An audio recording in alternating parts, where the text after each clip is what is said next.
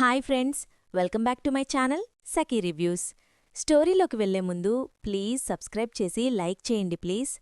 మన KD government స్టీమ్కి ఒక social media group create చేశారు కదా అని చైతన్య చెప్తూ ఉంటే, ఇప్పుడు దాని గురించి ఎందుకు అని సునంద అడుగుతుంది.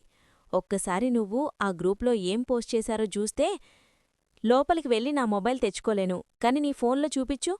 Okay ma'am. ఈ అద్భుత దృశ్యాన్ని వీరంతా చూడగలరు. దీనికైనా ఇంత బిల్డప్ ఏంటండి, అది సైట్ విజిట్ చేశారు కదా, ఫోటో తీసి గ్రూప్లో పెట్టారు. దీనికే వీడు అద్భుతం అంటున్నాడు నీ మొహం అని చైతన్యని సునంద అంటుంది. అంటే ఇక 3 ఫోటోసున్నాయి. రే, అద్భుతాల్ని ఒకేసారి ఆవిష్కరిస్తే కొందరి హార్ట్ బ్లాస్ట్ అవుతుంది. అంత వీక్ హార్టు మీకు తప్ప ఎవరికీ లేదు కాని ముందు ఫోటో చూపించు. 1 2 3 చూడండి.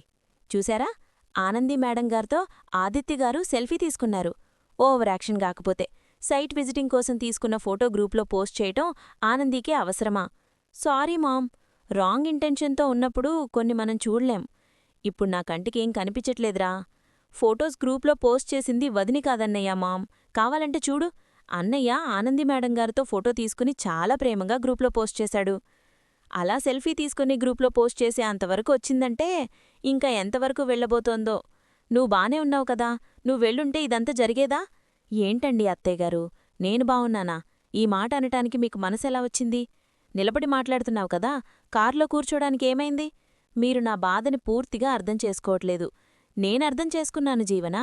నీకైతే చాలా హ్యాపీగా ఉన్నట్టుంది. నాకేంటి, డాడీకి కూడా హ్యాపీగా ఉంది. ఏంటి డాడీ అసరాం, ఇప్పుడు నా ఒపీనియన్ అడగడం అవసరమారా? ఎవరి ఒపీనియన్ చెప్పినా చెప్పకపోయినా ఈ కథ చాలా దూరం వెళ్ళిపోయింది. రేయ్, నా ముందు ఓవరాక్షన్ చేయకరా రవ్వు. పైకెక్కడికి చాలా దూరంగా ఉంది కదరా మామ్, అందుకే అలా అన్నాను. ఊడికే చిన్న చిన్న వాటికి ఆనందపడకరా. వాళ్ళిద్దరూ మళ్ళీ ఎప్పటికీ కలవలేరు. ఇది వాళ్ల professional journey. Hi friends, welcome back to my channel Sakhi reviews. స్టోరీలోకి వెళ్లే ముందు ప్లీజ్ సబ్స్క్రైబ్ చేసి లైక్ చేయండి ప్లీజ్. మన కేడీ గవర్నమెంట్ స్టీమ్కి ఒక సోషల్ మీడియా గ్రూప్ క్రియేట్ చేశారు కదా అని చైతన్య చెప్తూ ఉంటే, ఇప్పుడు దాని గురించి ఎందుకు అని సునంద అడుగుతుంది. ఒక్కసారి నువ్వు ఆ గ్రూప్లో ఏం పోస్ట్ చేశారో చూస్తే, లోపలికి వెళ్ళి నా మొబైల్ తెచ్చుకోలేను, కాని నీ ఫోన్లో చూపించు. Okay ma'am. ఈ అద్భుత దృశ్యాన్ని వీరంతా చూడగలరు. దీనికైనా ఇంత బిల్డప్ ఏంటండి, అది సైట్ విజిట్ చేశారు కదా, ఫోటో తీసి గ్రూప్లో పెట్టారు. దీనికే వీడు అద్భుతం అంటున్నాడు నీ మొహం అని చైతన్యని సునంద అంటుంది. అంటే ఇక 3 ఫోటోసున్నాయి. రే, అద్భుతాల్ని ఒకేసారి ఆవిష్కరిస్తే కొందరి హార్ట్ బ్లాస్ట్ అవుతుంది. అంత వీక్ హార్టు మీకు తప్ప ఎవరికీ లేదు కాని ముందు ఫోటో చూపించు. 1 2 3 చూడండి.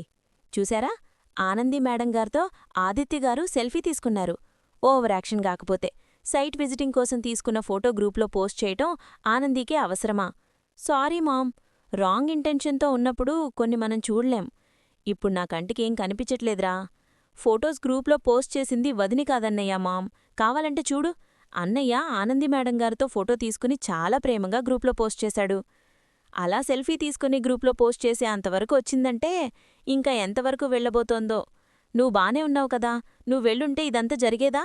ఏంటండి అత్తయ్యగారు, నేను బావున్నానా? ఈ మాట అనటానికి మీకు మనసెలా వచ్చింది? నిలబడి మాట్లాడుతున్నావు కదా, కార్లో కూర్చోడానికి ఏమైంది? మీరు నా బాధని పూర్తిగా అర్థం చేసుకోవట్లేదు. నేనర్థం చేసుకున్నాను జీవనా. నీకైతే చాలా హ్యాపీగా ఉన్నట్టుంది. నాకేంటి, డాడీకి కూడా హ్యాపీగా ఉంది. ఏంటి డాడీ అసరాం, ఇప్పుడు నా ఒపీనియన్ అడగడం అవసరమారా? ఎవరి ఒపీనియన్ చెప్పినా చెప్పకపోయినా ఈ కథ చాలా దూరం వెళ్ళిపోయింది. రేయ్, నా ముందు ఓవరాక్షన్ చేయకరా రవ్వు. పైకెక్కడికి చాలా దూరంగా ఉంది కదరా మామ్, అందుకే అలా అన్నాను. ఊడికే చిన్న చిన్న వాటికి ఆనందపడకరా. వాళ్ళిద్దరూ మళ్ళీ ఎప్పటికీ కలవలేరు. ఇది వాళ్ల ప్రొఫెషనల్ జర్నీ. పర్సనల్ జర్నీ ఎప్పుడో ఆగిపోయింది. అన్నయ్య వదినే అర్థం చేసుకుంటారు మామ్. ఈ ప్రయాణమే వాళ్ళిద్దరినీ కలుపుతుంది. ఏమండి, అలా అనకండి. నేనైతే కలుసుకోలేను. అయ్యో, నా మాట వినండి. ఏమండి, అలా అనకండి. ఏ కొట్టుకోకు. ఏ ఏ ఏంటయ్యా, రోడ్డుమీద గొడవలేంటి? ఆవిడెందుకు అలా చూస్తున్నావు? ఏం చెప్పండ్రా సార్, ఇది నా భార్య. దీనితో నేను కలిసి ఉండలేను. ఎందుకు కలిసి ఉండలేరు? అవన్నీ మీతో చెప్పుకోలేనండి. కారణం ఉంటే కదా చెప్పడానికి. రే, కారణాలెక్కువడమేంటి? ఇమిజర్ లై. నీమీద నేను పెట్టుకున్న నమ్మకాన్ని నువ్వు పోగొట్టుకున్నావు. నమ్మకం పోగొట్టుకున్న తర్వాత మరిద్దరం కలిసి బతుకుతున్నాం.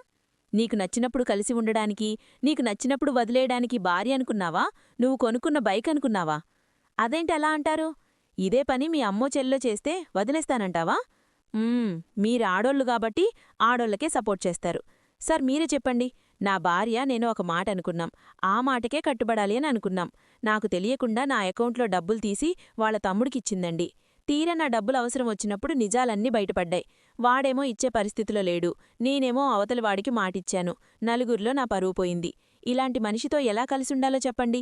ఒకవేళ నా స్థానంలో మీరు ఉండి మీ భార్య మీ నమ్మకాన్ని పోగొట్టుకుంటే మీరు క్షమిస్తారా, క్షమించరా? చెప్పండి సార్.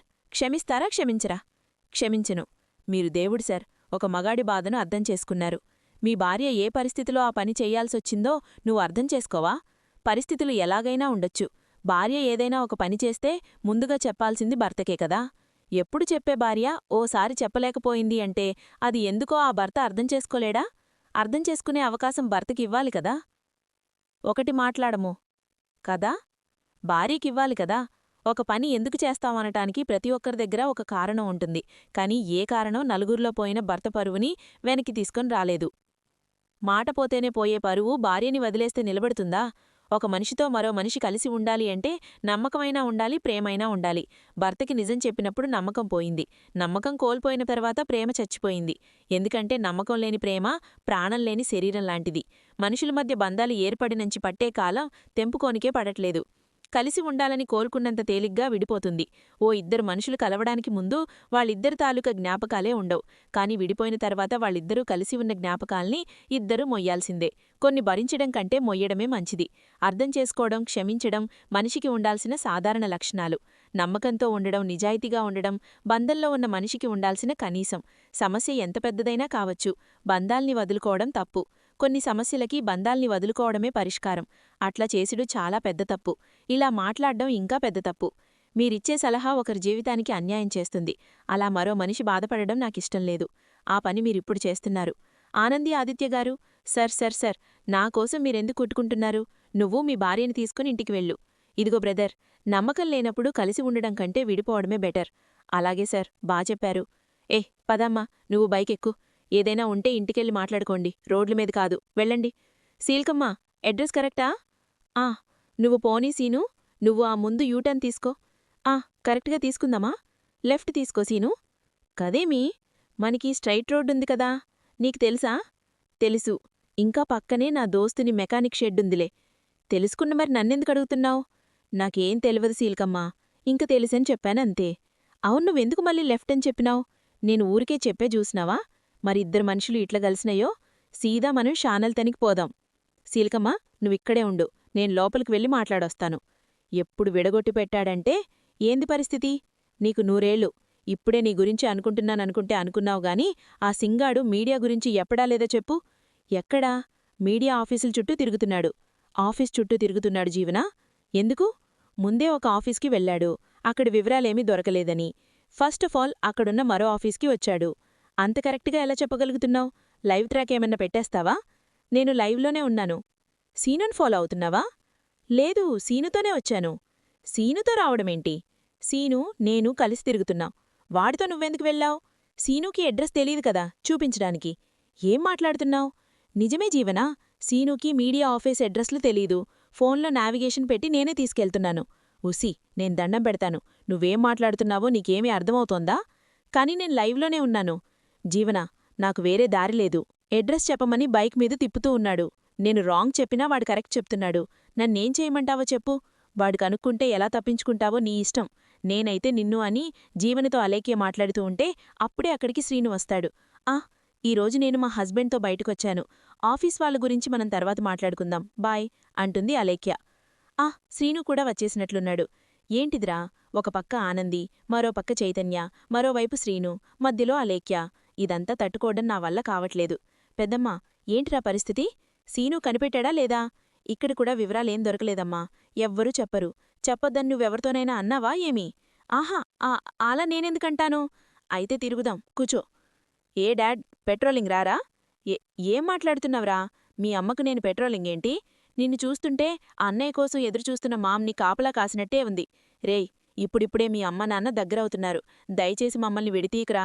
సారీ డాడ్, అన్నయ్య కాపురం సెట్ అయ్యే వరకు నేనిలాగే ఉంటాను. మీ అమ్మ వాళ్ళనంత ఈజీగా కలవనివ్వదురా. ఓకే డాడ్, నేనిదే మాట మామ్తో చెప్తాను. చైతూ, ఆగిరా, ప్రియాంసంగా ఉన్న అగ్నిపర్వతాన్ని కదిలించుకురా. రేయ్ రేయ్ మామ్, డాడీ ఏమంగారండి? అదే, చిన్న టైముంది కదా, ఫోన్ చేద్దామా అంటున్నాను. అంతే కదా చైతూ? ఆ అంతే. అంతే అంటే ఆ అంతే డాడ్. కాని మామ్ ఎవరికోసమో రేట్ చేస్తున్నట్టుంది. ఆదిత్య కోసం వెయిట్ చేస్తున్నారా? ఆహా, నువ్వెదురు చూడకపోతే అన్నయ్య రాడా? ఏంటి, సైట్ విజిటింగ్ కోసం వెళ్ళినవాడు ఈ టైం వరకు రాకపోవడమేంటి? వెళ్ళింది భార్యాభర్తలు గదా, డిన్నర్కే రెస్టారెంట్కి వెళ్ళుంటారు. ఏంటన్నావ్రా? ఆహా, అదే, డిన్నర్కి ఎక్కడైనా ఆగారేమో అని. అమ్మా, ఎక్కడున్నావ్? అదిగో అమ్మా, ఇప్పటికి రావాలి కదా. వస్తున్నానమ్మా. అన్నయ్య, కంగారేమీ లేదు, రెస్టారెంట్కి వెళ్ళి భోజనం చేసిరండి. ఒరేయ్, ఏం మాట్లాడుతున్నావ్? ఏమీ తినకుండా ఉండమంటావా అమ్మా? అన్నయ్య, నువ్వు ఆనంది మేడం రెస్టారెంట్కి వెళ్ళి డిన్నర్ చేయండి. ఎవరి బిల్లు వాళ్లే కట్టుకోండి. ఇప్పుడు విలమా? ఒరేయ్, మీ తమ్ముడికేదో అయ్యిందిరా, అందుకే ఏది పడితే అది మాట్లాడుతున్నాడు. నువ్వు త్వరగా రా. అదాగేనమ్మా. వాడు నా కొడుకురా, నా ఆలోచనలకు తగ్గట్టే ఉంటాడు. నువ్వన్నదు 100% కరెక్టే డాడీ. మీ డాడీ ఏమన్నారు? డాడేమన్నారంటే నీకాకలేస్తే నువ్వెళ్ళి భోంచేయ్. ముందు మామడిగిందానికి ఆన్సర్ చెప్పనివ్వండి డాడ్. రేయ్, చెయ్యది, మీ అమ్మని కాస్త ప్రశాంతంగా ఉండనివ్వరా? నేను ప్రశాంతంగానే ఉన్నాను, ముందు వాన్ని చెప్పనివ్వండి. చెప్పరా? మీ డాడీ ఏమన్నారు? నువ్వు అన్నయ్యతో ఫోన్ మాట్లాడినప్పుడు నన్ను తిట్టావు కదా, నాకు సారీ చెప్పు. అప్పుడే చెప్తాను. ఓహో, ఈ సునంద ఎవ్వరికీ సారీ చెప్పదు. ఏంటన్నది నువ్వు? నువ్వు చెప్పింది కరెక్టే డాడ్. మామ అన్నయ్యని వదినని కలవనివ్వదు. అయినా గట్టిగా అనకరా, మీ అమ్మ విన్నదంటే నీ వదిన పరిస్థితే నాకొస్తుంది. భార్యలకి భర్తలు భయపడకూడదు డాడ్. జీవనా? వస్తున్నాను. పెళ్ళం పిలవగానే పారిపోయాడు. వీడు నా గురించి చెప్తున్నాడు. భర్త అన్నట ఆలికి భయపడాలిరా. మీ అన్నయ్యైనా ఇంతే, భయపడాల్సిందే, తప్పదు. సిల్కమ్మ, రమ్మంటే ఇక్కడ కూర్చున్నావేంది? పాప పోదాం. నేనెక్కడికి రాను. పొద్దున్నించే మీడియా ఆఫీసులన్నీ తిప్పి తిప్పి బాగా తిప్పించావుగా, కానీ ఏం లాభం. ఇక్కడ మనకు కావలసిన ఇన్ఫర్మేషన్ దొరకలేదు. ఎవ్వర్నడిగినా మాకేం తెలవదంటుండ్రు. నేను ముందే చెప్పాను కదా, నేను విడిచిపెట్టాను కదా, అమ్మడి పేరుతో ఫోన్ చేసిన మనిషిని. అయిపోయింది కదా, సీను వదిలేయచ్చు కదా. ఎట్టొదిలేయమంటావు? ఇంగలీజ్ పనిచేసిన పనికి మా అమ్మడి కాపురం ముక్కలైంది. ఇంక ముక్కలన్నీ అత్తుకోవాలంటే నిజాలందరికీ తెలవాలి. అది నువ్వనుకున్నంత ఈజీ కాదు సీనూ. నా దోస్తు కోసం నేనేదైనా చేస్తా. అయినా ఆనంది ఆదిత్య నుంచి దూరం అవడానికి అదొక్కటే కారణం అనుకుంటున్నావా? అసలు కారణం నాకు తెలవదు. వంతెన కట్టాలంటే మొట్టమొదట రాళ్లు వెయ్యాలి. మొదటి రాయే వెయ్యలే. అసలు రాయే కూడే వంతెన కట్టడం కష్టమవుతుంది కదా. ఎప్పటికీ అవదు. ఇది అంతే. నా దోస్తు జిందగీకి మళ్ళీ మునుపెట్టుకోకుండా ఉండాలంటే నేను వారధి కట్టనీకైనా, లంకని తగలబెట్టనీకైనా సిద్ధంగా ఉన్నాను. నిజం తెలిసిందంటే జీవితం తగలబడుతుంది. సిల్కమ్మ, భయపడుతున్నావా? నేనెందుకు భయపడతాను? భయానికి రూపముండదు సిల్కమ్మా. కదా, నీ మొఖంలో అవుపడతాంది. నాకసలు సంబంధం లేని గొడవ, నేనెందుకు ఇన్వాల్వ్ అవుతాను? పోనీ ఎవర్ని ఫోన్ చేశారో నీకేమైనా ఎరికేనా? నాకెలా తెలుస్తుంది? ముంగటే చెప్పు సిల్కమ్మా. తీరా కనిపెట్టినాననుకో, అందులో నువ్వున్నావని ఎరికైతే నాతోన్ మంచిగుండాదు. చెప్తున్నా, నువ్వేం చెప్పినా ఇస్తాను, నువ్వేమన్నా పడతాను. కాని నా దోస్తు జోలికి రాకు. దేవుడొచ్చినా సరి, నేను మనిషిలెక్క కాదు, మృగాల్లెక్క మార్తాను. వామ్మో, నేను చూస్తుంటే ఏదోకటి చేసేలా ఉన్నాడే. జీవంతో ఉన్న పాపానికి నేనిరుక్కుంటాను. హలో సిల్కమ్మ, నీకేమైనా తెలిస్తే ఇప్పుడే ముంగటి చెప్పేసేయ్. తెలీదు. పక్కనా? పక్కా. అయితే నీకేం సంబంధం లేదంటావ్. ఏం సంబంధం లేదు సీనూ. అయితే రేపు కూడా పోదామా? నాకాఫీసుంది. ఒక పూట సెలవు పెడితే ఏం కాదులే. కుదరదు. పోని నేను ఆదిత్యబాబుతో మాట్లాడినా? వద్దు. సెలవు పెడతాలేవా అంటే నువ్వేదో తప్పు చేస్తున్నట్టే. అలాగనెందుకనుకుంటావ్? అమ్మడి ఆదిత్యబాబు మంచిగా ఉండాలని నువ్వెందుకనుకోవు? అనుకుందాం. నేను చెప్పానా? అయితే రేపు కూడా నాతో రా. అలాగే వస్తా. చూస్తూ ఉంటే జీవన్ని పట్టుకునే వరకు వదిలిపెట్టేలా లేడు. జీవనా, నీ పని అయిపోయినట్టే. అవునానంది, మేమెంత ప్రయత్నించినా కూడా మా జీవితాలతో ఆడుకుంటున్నావు. కానీ ఒక్కటి మాత్రం గుర్తుపెట్టుకో, ఆదిత్య లైఫ్లో ఎప్పటికీ ఉండేది నేనే, నువ్వు కూడా కాదు అని అలేఖ్య అనుకుంటుంది. ఇంక తర్వాత ఆనంది ఆదిత్య కార్లో వస్తూ ఉండగా కార్ స్టాప్ అవుతుంది. ఏమైంది ఆదిత్యగారు? ఈ పొగ లేంది. ఆదిత్యగారు, డ్రైవర్ కార్ సర్వీస్ సరిగ్గా చేయించినట్లేదు. కార్ బ్రేక్డౌన్ అయిపోయింది. అంతా చీకటిగా ఉంది ఆదిత్యగారు. మనం ఎక్కడున్నాం? సార్, ఇది ఏ ఏరియా? ఇది Vikarabad sir. Okay, thank you. Vikarabad? మనం వెళ్లాల్సిన రూట్ ఇది కాదు కదా. కాదు. మరెందుకిట్లా తీసుకొచ్చారు? కార్ బ్రేక్డౌన్ అయితే కాని నేనే దారిలో వెళ్తున్నానో నాకు తెలియలేదు. వికారాబాద్ దగ్గర్లో ఉంటే సిటీకి 150 కిలోమీటర్లు దూరం. ఇప్పుడెలా ఆదిత్యగారు? సిటీ సెంటర్లో కాదు, ఊరి చివర్లో కారాగిపోయింది. ఇక్కడ షాపులు లేవు, మనుషులు కూడా ఎవ్వరూ కనిపించడం లేదు. టైమేంటి? 9:30. అవును, అసలు టైమే తెలియలేదు కదండి. తప్పు నాదే. రాంగ్ రూట్లో రావడమా, నీతో రావడమా? హలో కిషోర్, వికారాబాద్కి ఔట్స్కర్ట్స్లో ఉన్నాను. కార్ కొంచెం బ్రేక్డౌన్ అయింది. రాగలవా? సారీ సార్, నేనంత దూరం రాలేను. మరేంటి పరిస్థితి? ఇంక మార్నింగ్ వస్తాను సార్. అంతవరకు నేనేం చెయ్యాలి? ఈ టైంలో అంత దూరం రాలేను. ఏదోకటి మేనేజ్ చేయండి సార్. అలా కాదు. సరే, ఉంటాను. మెకానిక్ ఏమన్నాడు? ఇంత దూరం రాలేను అంటున్నాడు. మరిప్పుడేంటి సొల్యూషన్? ఇంటికి ఫోన్ చేసినా నో యూజ్. 150 కిలోమీటర్స్ రావడానికి అర్ధరాత్రి 2 దాటుతుంది. అందర్నీ ఇబ్బంది పెట్టడం తప్ప ఏం ఉపయోగం లేదు. మరేం చేద్దాం ఆదిత్యగారు? ఏం చెయ్యాలో అర్థం కావడం లేదు. మనుషులు ఎంత బాధ పెడతారో అదంత గాయం చేస్తుందంటారు. అదే జరిగింది. మనసు మన కంట్రోల్లో లేకపోతే కార్లే కాదు, మనుషులు కూడా రాంగ్ రూట్లో వెళ్తారు. మిమ్మల్ని మీరు నిందించుకోవడం ఆపండి. నాకెవ్వరి సలహాలు అవసరం లేదు. కాని మీరు మాత్రం ఒకరికి సలహా ఇస్తారు. రోడ్డు మీద గొడవ గురించి గుర్తు చేయకు. అందుకే కదా మీరు డిస్టర్బ్ అయ్యారు. లీవిట్. Solution walking what? నడుద్దాం అని నడుస్తూ ఉంటారు ఆదిత్య, ఆనంది. అక్కడ కనిపించిన ఒక బామ్మ ఇంటికి వెళ్తారు. అక్కడ ఆ బామ్మ వాళ్ళిద్దరినీ వంట చేసుకోమని చెప్తుంది. ఏం బాబూ, నీ భార్య అక్కడ కష్టపడుతుంటే ఇలా వచ్చేస్తావేంటి? ఏం చేయమంటారమ్మా? వెళ్ళి సాయం చేస్తే తనే చెప్తుంది ఏం చెయ్యాలో ఏంటి. కష్టపడిర్రు, సాయం చేద్దామని. ఏం సాయం చేస్తారు? ఏం చేయమంటావానంది? అయితే ఈ టమాటాలు కట్ చేయండి. అరే, ఏం చేస్తారు మీరు? టమాటాలు కట్ చేస్తున్నాను. అట్లా కట్ చేయకూడదు ఆదిత్యగారు. రసం మొత్తం కింద పోతుంది. చూడండి. మరెలా కట్ చేయాలి? నేను నేర్పిస్తాను, ఉండండి అని ఆదిత్య చేతుల్ని పట్టుకుని టమాటాలు కట్ చేయడం చూపిస్తూ ఉంటుంది ఆనంది. ఆదిత్య ఆనంది వైపు అలాగే చూస్తూ ఉండిపోతాడు. మరిన్ని అప్డేట్స్ కోసం ప్లీజ్ సబ్స్క్రైబ్ చేయండి. Thanks for watching. Bye friends.